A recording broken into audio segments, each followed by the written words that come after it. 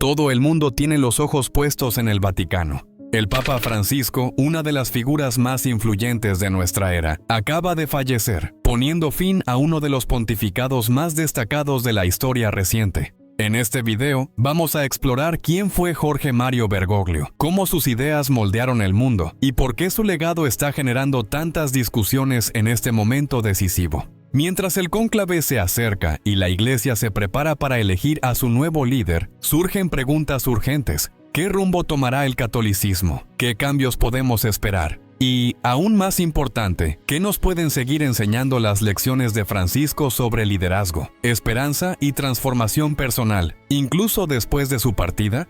Si quieres entender el impacto profundo que dejó y cómo este momento histórico puede influir en el futuro de la fe, de la política y de la sociedad, quédate conmigo hasta el final. Las respuestas que vas a encontrar aquí pueden transformar la manera en que ves el mundo.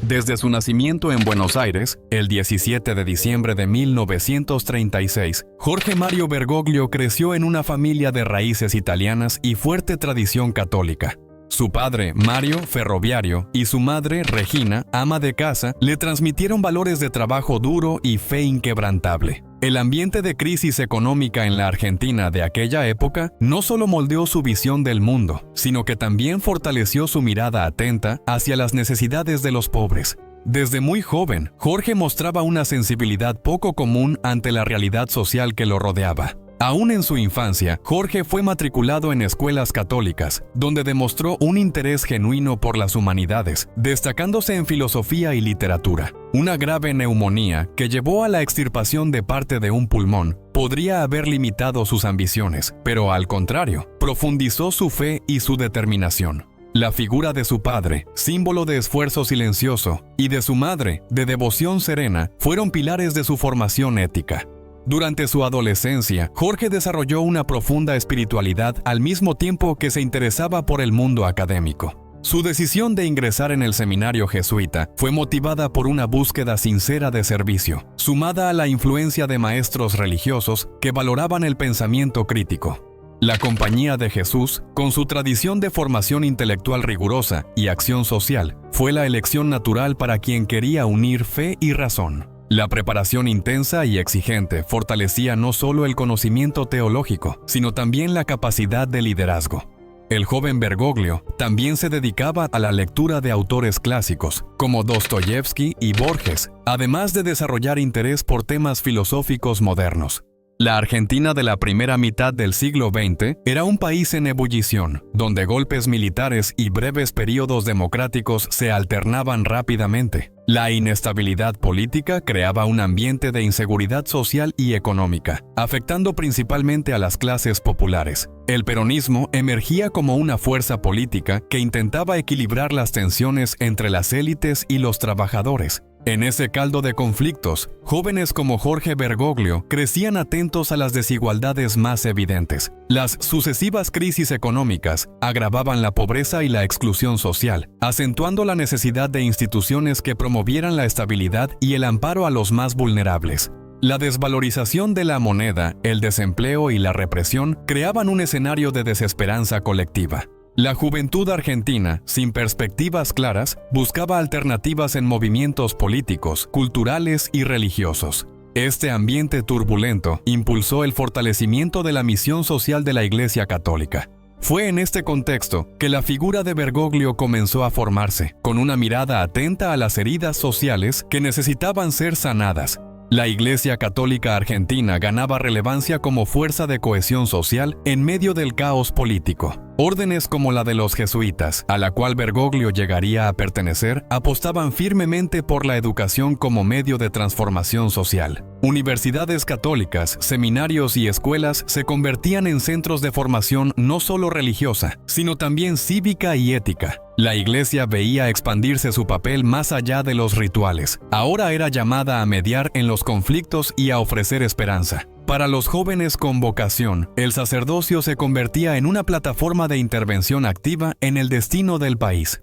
En 1958, Jorge Mario Bergoglio ingresó en el noviciado de la Compañía de Jesús, una decisión que reflejaba su aspiración de unir fe, intelectualidad y servicio a los marginados.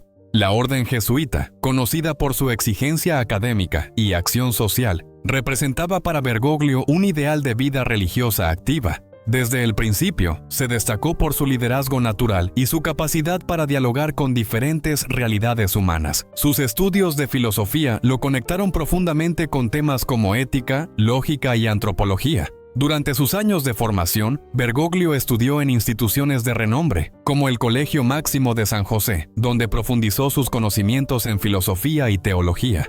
La formación jesuita exigía no solo excelencia académica, sino también experiencias prácticas de servicio, como trabajos en comunidades carenciadas. En 1969, Bergoglio fue ordenado sacerdote, un momento que sellaba su entrega total a la vida religiosa. Su ordenación no fue simplemente un rito de paso, sino la culminación de un proceso de maduración interior intenso.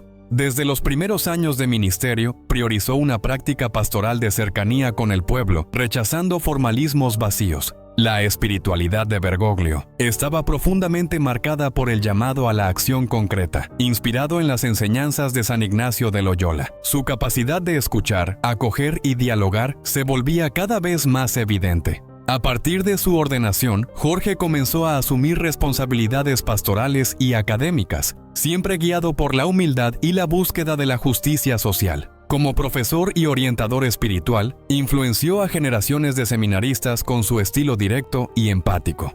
En los años 70, la Argentina se sumergía en uno de los periodos más oscuros de su historia, con el inicio de la represión militar y la llamada Guerra Sucia. En este escenario tenso, Jorge Bergoglio ejercía funciones como profesor y director espiritual en instituciones jesuitas. Su prioridad era proteger a seminaristas y sacerdotes vulnerables, adoptando muchas veces estrategias discretas para garantizar su seguridad.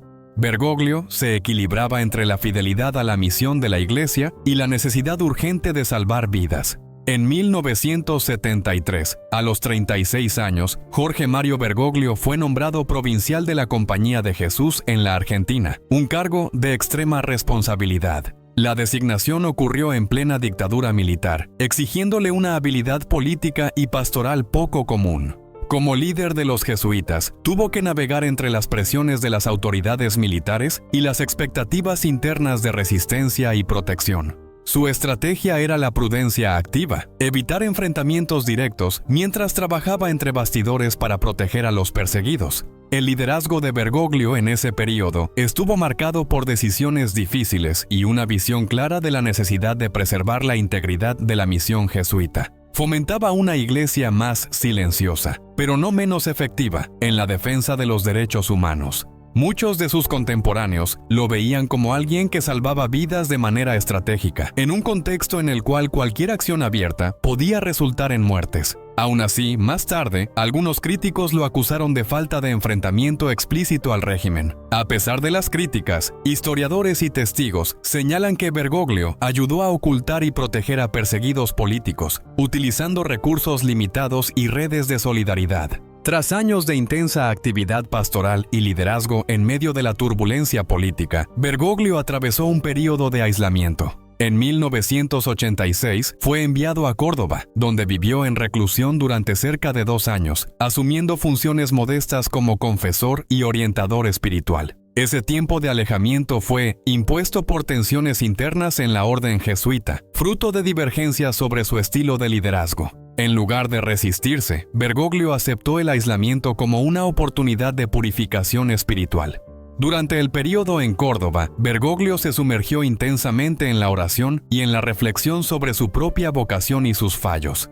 El tiempo de soledad le permitió madurar una visión más compasiva y menos rígida sobre el papel de la Iglesia en el mundo contemporáneo. Leía diariamente los ejercicios espirituales de San Ignacio, reforzando la idea del discernimiento como camino central de vida. Lejos de las funciones de poder, aprendió a valorar la sencillez y la escucha como instrumentos de liderazgo auténtico. La etapa de reclusión en Córdoba consolidó en Bergoglio la convicción de que la autoridad religiosa debe ejercerse como servicio y no como poder. Desarrolló una espiritualidad centrada en la misericordia, en la acogida de los excluidos y en la crítica a las estructuras clericales excesivamente rígidas. Cuando finalmente regresó a la vida activa, Bergoglio trajo consigo una nueva postura, menos enfocada en la defensa institucional y más comprometida con la transformación personal y social de los fieles. En 1992, Jorge Mario Bergoglio fue nombrado obispo auxiliar de Buenos Aires por el Papa Juan Pablo II,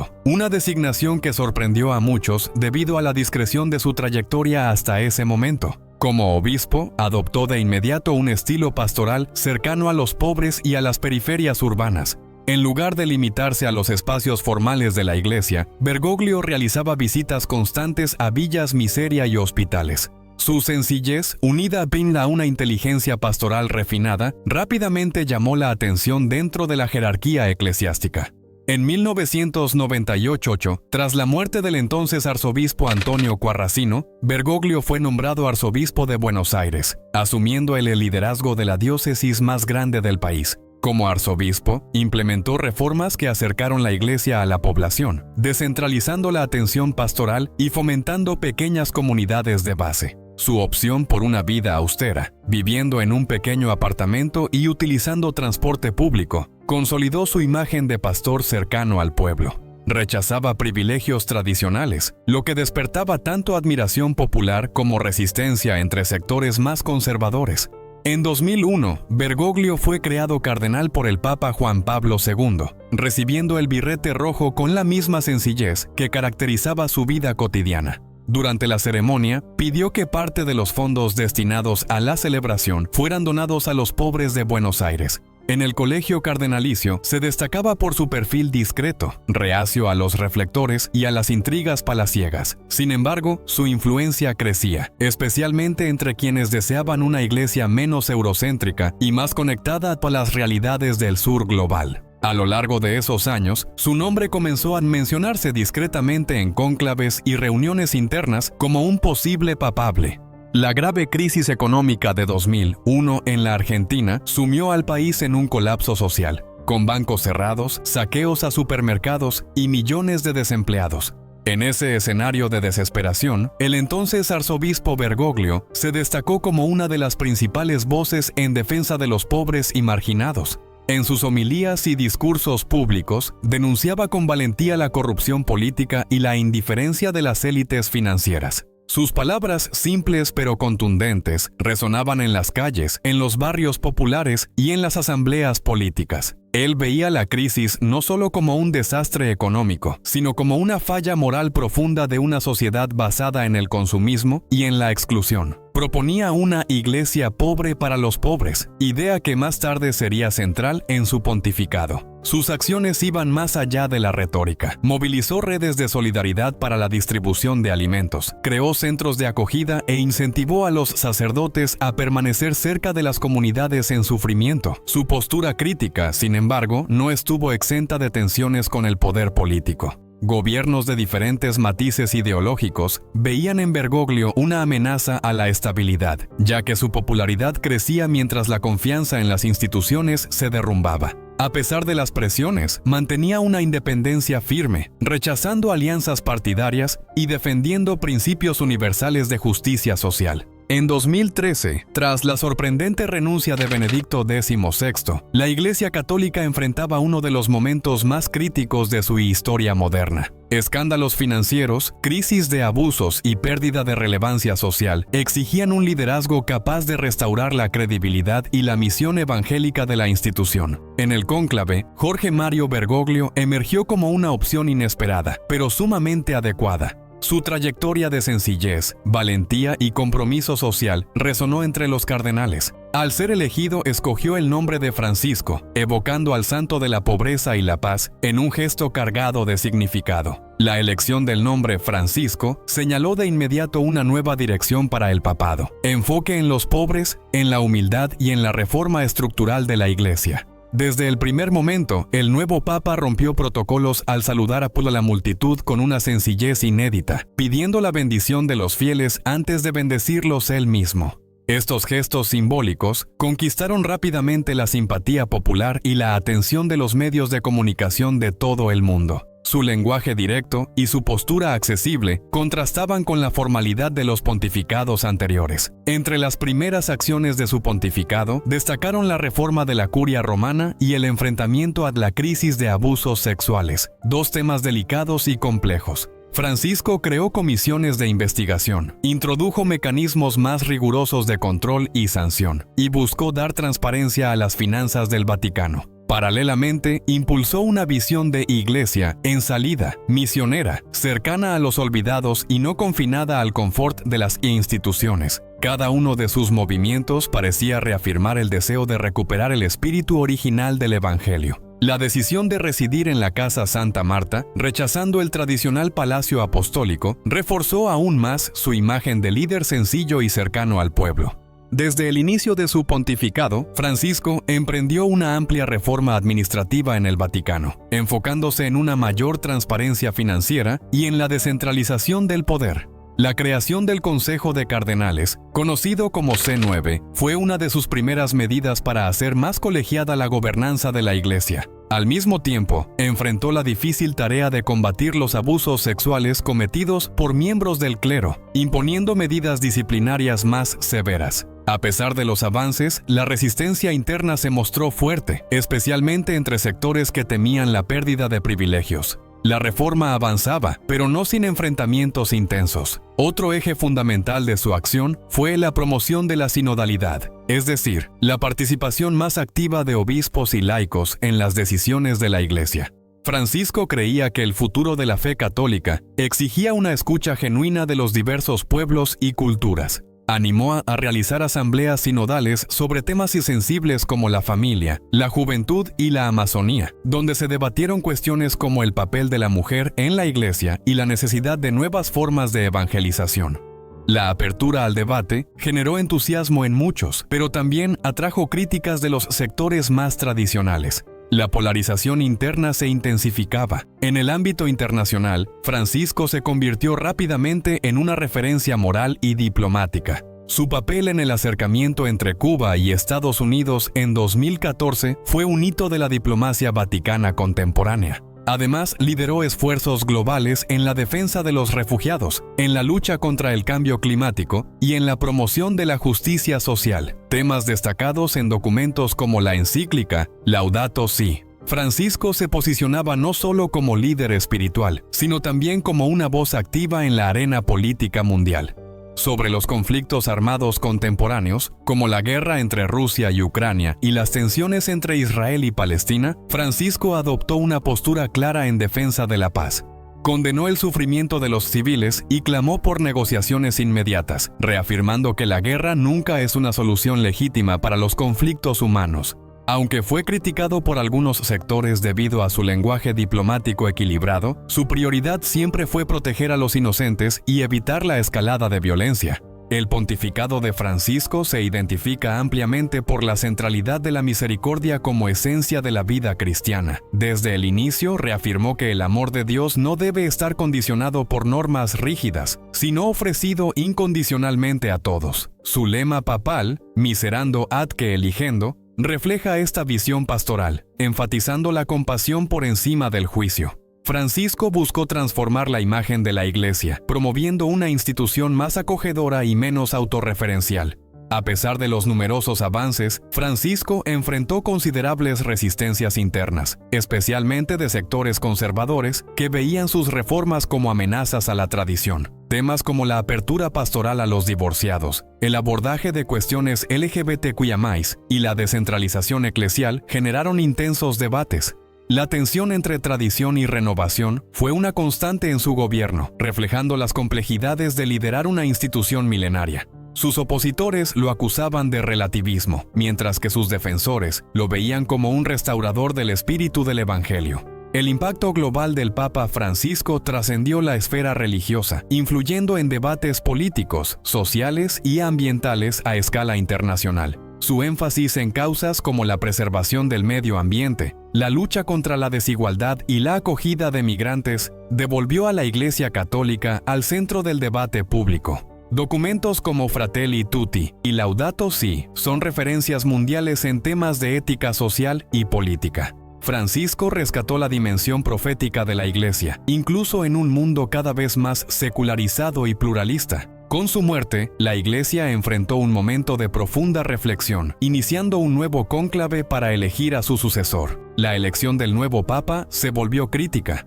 Sería necesario alguien capaz de dar continuidad a las reformas de Francisco, pero también de unir a una Iglesia aún marcada por polarizaciones internas. Su legado de apertura, misericordia y compromiso social se imponía como referencia, pero también como desafío. Y ahora te pregunto, ¿el Papa Francisco está transformando la Iglesia para prepararla para el futuro o está diluyendo sus tradiciones e identidad histórica? Déjame tu opinión en los comentarios, me encantaría saber qué piensas sobre este tema tan importante. Si quieres seguir explorando temas que realmente marcan la diferencia en el mundo y afectan nuestras vidas, suscríbete al canal y activa la campanita de notificaciones. También deja tu like, porque eso ayuda muchísimo a que nuestro contenido llegue a más personas interesadas en reflexiones profundas. No estar al tanto sería una gran oportunidad desperdiciada.